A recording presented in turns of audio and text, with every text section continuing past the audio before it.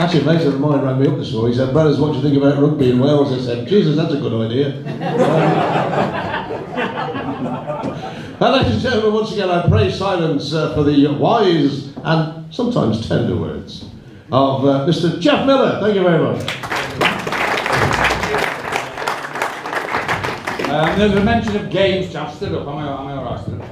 A mention of game change. How's the game changed? My game has changed in one dramatic way. It's called the backroom staff, the support staff.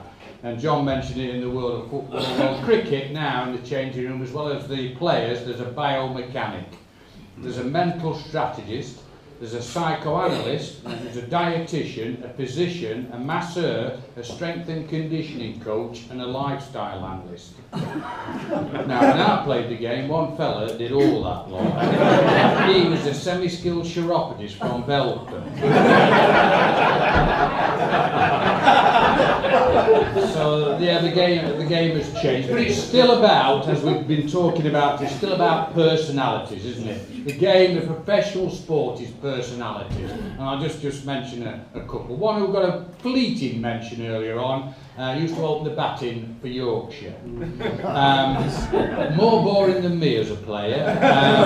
Concentration, technique, in cricketism, concentration, all that kind of garbage that you'll hear on the radio and on television sometimes. But here's the epitome. I did a dinner 2 years ago in the Porter Tun Rooms in Chiswell Street, right? And at the end of the function, they had an auction, which we're going to have later on tonight. I'll hope to make some funds for you. And they had this auction, and two fellas paid a fortune to play in a golf celebrity pro tournament in Wentworth. So at the end of the summer, these two fellas, who paid a lot of money, turn up to Wentworth first tee. Celebrity, Jeffrey Boycott, is waiting for them, right? Making his way to the tee is the professional with a caddy. And he gets level with Boycott. He went, "Good morning. My name is Peter Hansen from Sweden. I am your professional for today's play. I'm number 53 in the world of golf." And Boycott went, "Oh, yeah." He said, "Well, I'm Jeffrey Boycott. I'm the celebrity in this team, and I'll tell you this for no. If I were 53rd in the world, I won't go telling everybody."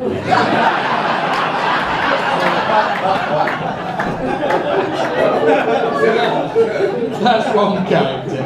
Now, one of the funniest incidents I have ever seen in the world of cricket, just a comment, we talked about sledging, and Mitch was talking about sledging and statements that are made. This, and it wasn't a nasty statement, it was just naturally funny, and I still laugh at it now and I tell it a lot. And I told you about the debut at Buxton. Well, the following year we went to play against Lancashire again at Aigburth in Liverpool, and that winter Lancashire had sacked Peter Lee, the opening bowler, and in his place they've signed a lad from Guyana called Colin Croft, who I mentioned earlier, 6'6", ball from 12 foot 20, 100 miles an hour, at your head, psychopath, right?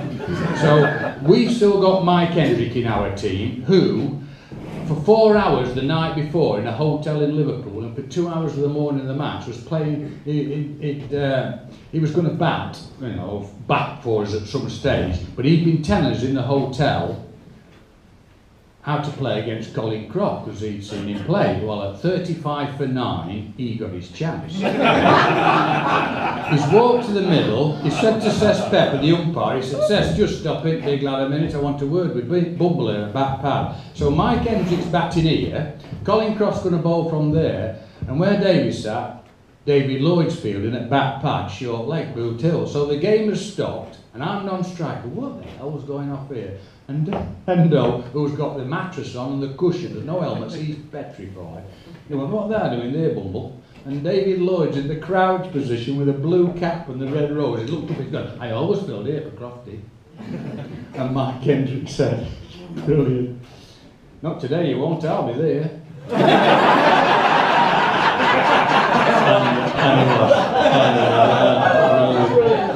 Anyway, there are certain places you play and you have that feel, there's the awe about certain grounds, isn't there, Coach? In the world of rugby, there's the world of football, there's an awe about certain grounds. Headingley, I reached a milestone of my cricket career in Henley, 50th Test wicket. Now they get 800 these days, but I'm thrilled to bits. Chesterfield Grammar School, 10 O-levels taken. I have just bowled out the best batsman in the world for my 50th Test wicket, Viv Richards.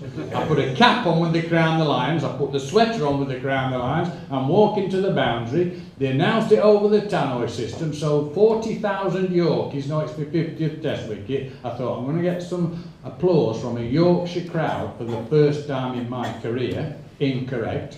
Reached the boundary, Western Terrace, far under Leeds, 25 past 11 in the morning, they're all paralytic. Right? They're dressed in gorilla suits and banana skins. There were 25 Elvis Presleys, there's 9 nuns, Batman and Robin, Superman and Spider-Man. They could not care a toss that the best batsman in the world is walking back to the pavilion. I've just got him out for Queen and Country. They were more interested in 2 blokes who were running up and down the front of the stand dressed as a pantomime horse with 9,000 of them chanting "Gee up Neddy."